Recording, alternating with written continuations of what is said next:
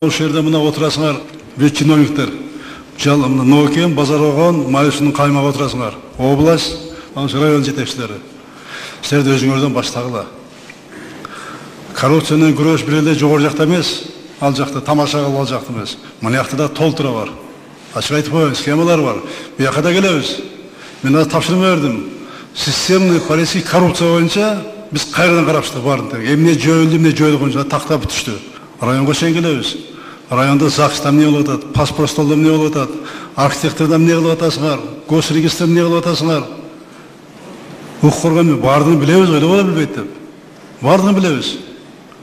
Ошон үчүн эсиң бар этеңи жый дейт. Эсиңер бар этеңерди жыйып, аяктан келгичекти, баштагы чакты түздөргүлөгөңөр. Коррупция менен күрөшүүнүн деле кереги жок. Коррупция бул жана жети баштуу желмоз эмес. Коррупциянын башы бийлик. Эгерде жетекчиң ушундай зыркыратып кармап койгон болсо, коррупция бир заматта муну өлөт. Өзүнөн өзү өлөт. Мисалы мен жетекчи болуп калсам, каржы министрине, губернаторго, же болбосо райондун акимине мына кызарып турган конституциядан эмес. 1,5 миң жылдан бери келаткан, кыйшаюусуз келаткан иман мыйзамы менен.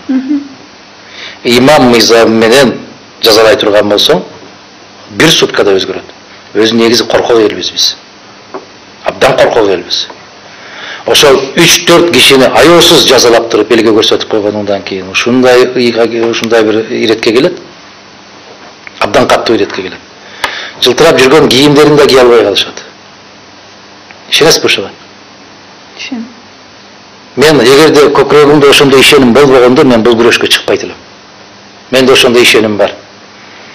Кийген кийимиңе, же болбосо ичкен тамагыңа, жашаган үйүңө, минген машинаңа карабай, адамдын адамдыгына карай турган күн келер бекен деген. Ошого келебиз, эртеге кечпи.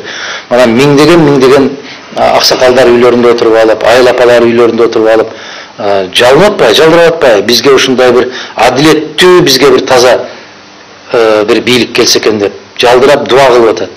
Бирок дуа кылып алып эле барып чайга чакырса өздөрү кетип калып атат да ошол жака. Ошонун дуалары кабыл болбой калып атат.